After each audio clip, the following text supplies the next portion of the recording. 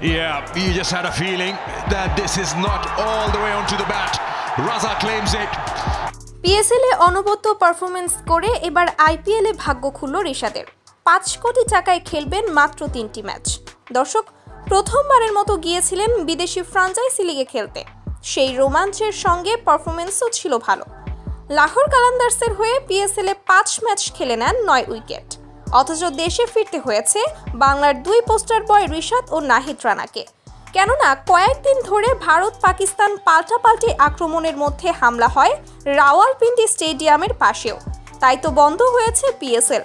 তবে এই আসরের সুযোগ পেয়েই যা করেছেন রিশাদ তা অবিস্মরণীয়।